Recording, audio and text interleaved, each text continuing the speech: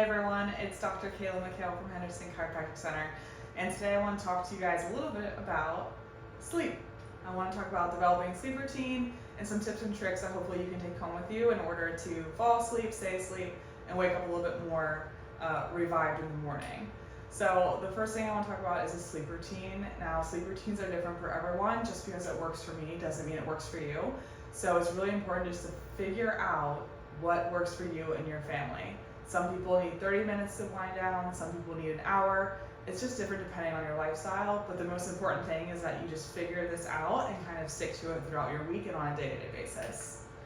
Pillows are super important, guys, and I'm a little biased, but we have Pillowise pillows in our office.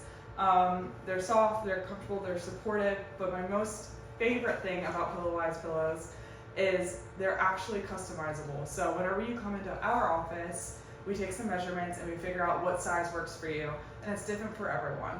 So these measurements consist of neck circumference from mastoid to shoulder, and then they have different sizes of pillows. It's really important to have a pillow that supports your neck, because while you're sleeping, it's important to get quality of sleep, and it's important for your muscles and your spine to be in a position that sets you up for success the next day.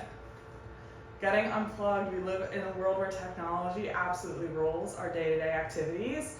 We're surrounded by computer screens, by phones, by tablets, by all these things that produce these LED lights, which can greatly affect our circadian rhythm. So 30, 45 minutes, even an hour before you go to bed, put the phone down. I know it's really easy to get lost scrolling on TikTok or Facebook, or in my case, Facebook Marketplace.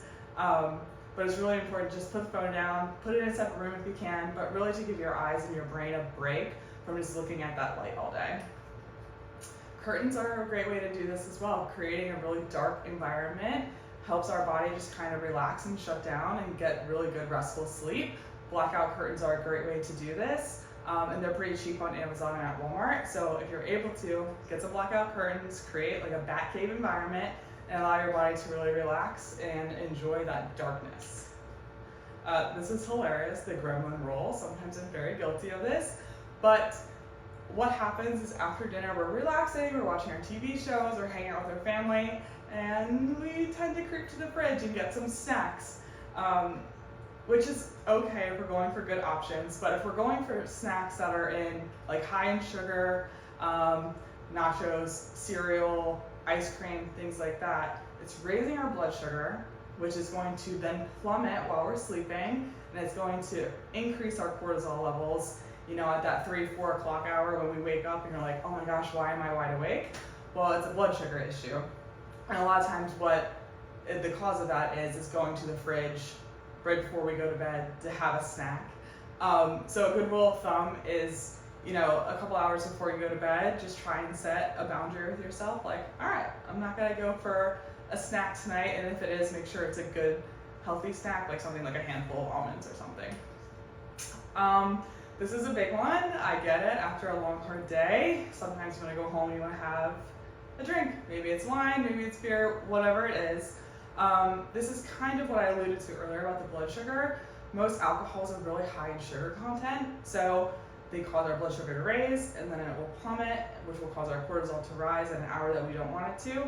So it's best to stay away from alcohol at least 3 hours before bed. Ideally, 4 to 6 hours before we go to bed is ideal. Keep your cool.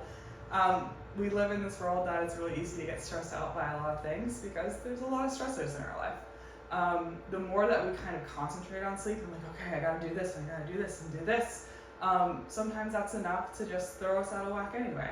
So be gentle with yourself, be gentle with your thoughts, and make sure that whenever you're going to bed that you're in a healthy headspace and you're like, all right, I'm gonna relax, I'm gonna go through my nighttime routine, I avoided the snacks, and I'm just gonna fall into this lull of a beautiful sleep.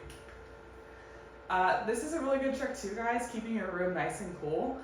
68 degrees is ideal. What happens at night is our internal body temperature will actually slightly lower, but our thermal, our actual skin temperature, will raise a little bit.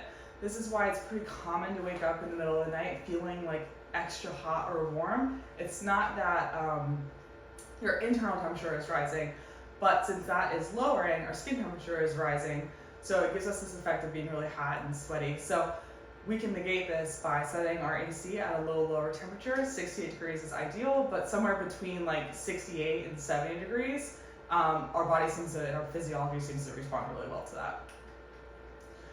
Don't get physical after 8 p.m.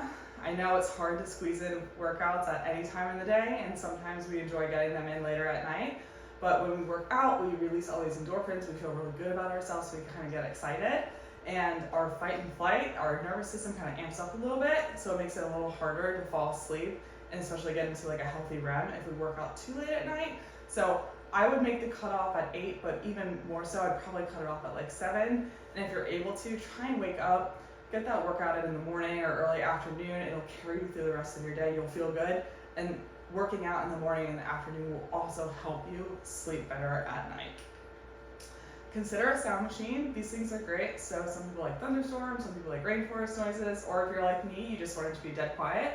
This is just something, a nice tip and trick for some people that like to have a little bit of that white noise in the background, a little bit of a distraction, and have fun with it. Maybe you like a rainstorm in winter. I don't know, but try it out.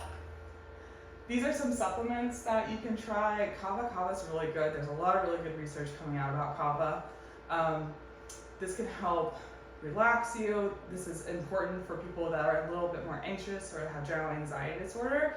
This just kind of helps take you out of that fight or flight and put you more into a parasympathetic state, more relaxed, helps you feel a little bit more at ease. You feel your heart rate kind of decrease a little bit, just kind of takes the edge off. I really like kava a lot. Just make sure you're talking with your healthcare provider before you start taking it, because too much can have adverse effects on your liver. So this is one that you just want to make sure that you talk with your healthcare provider about first before you start taking it. Melatonin, this is probably the most common supplement that I see when my patients come in that they're already taking. Normally like 1 to 5 milligrams every single night can help you get into that, that relaxed circadian rhythm. Melatonin is something that's naturally produced in our pineal gland and our brain. So this is a nice supplement to help create some more melatonin to be released in our body, and it helps us fall asleep faster and stay asleep a little bit longer. Some of the side effects of this though, you can feel a little groggy in the morning when you wake up. So playing with the 1 to 5 milligrams and no more than 10 is important, because if you're a little bit more sensitive, maybe 1 to 2 to 3 milligrams would be better. But if you're, like that's not really doing a whole lot for me, don't give up on it. Maybe try 4 or 5 milligrams to see if a little bit higher dose can help you fall asleep a little bit faster. So our nervous system controls everything, guys. So we have our brain, we have our spinal cord, we have all these nerves that come off of it, and our nervous system cleans up and does most of its healing when we are asleep. That's why sleep is so important, especially in our professions as chiropractors here. We can't fight against an unhealthy lifestyle, especially someone that's not sleeping well. So it's really important to give your nervous system that break at night, develop the routine, fall asleep, stay asleep, and you just wake up feeling better. Wake up a lot more clear-headed too. Well, how do we do that? So as chiropractors, we look to the spine, right? So your spinal column houses your spinal cord, it protects your spinal cord.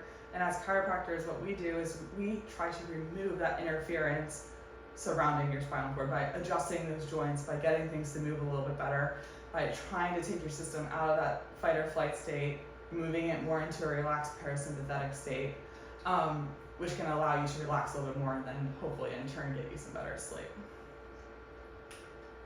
So nerve interference, kind of what I just alluded to, by getting adjusted, by coming to the chiropractor, we're removing some of that nerve interference that's being created during the day, work, family, life, stress, all these things that are kind of working against us during the day. We try to come in as chiropractors, remove that interference by getting those joints to move a little bit better and hopefully creating a healthier and better physiological state. If you have any questions about this presentation or about sleep, please give us a call, 252-430-8000. You can email us or schedule a consult with us or ask us at your next appointment. This is something that's really important and we're really passionate about this, guys, and we'll do everything we can to help get you a better sleep routine or help you to fall asleep, stay asleep, whatever your concerns are. We want to help because we really think it's that important. Call us, 252-430-8000.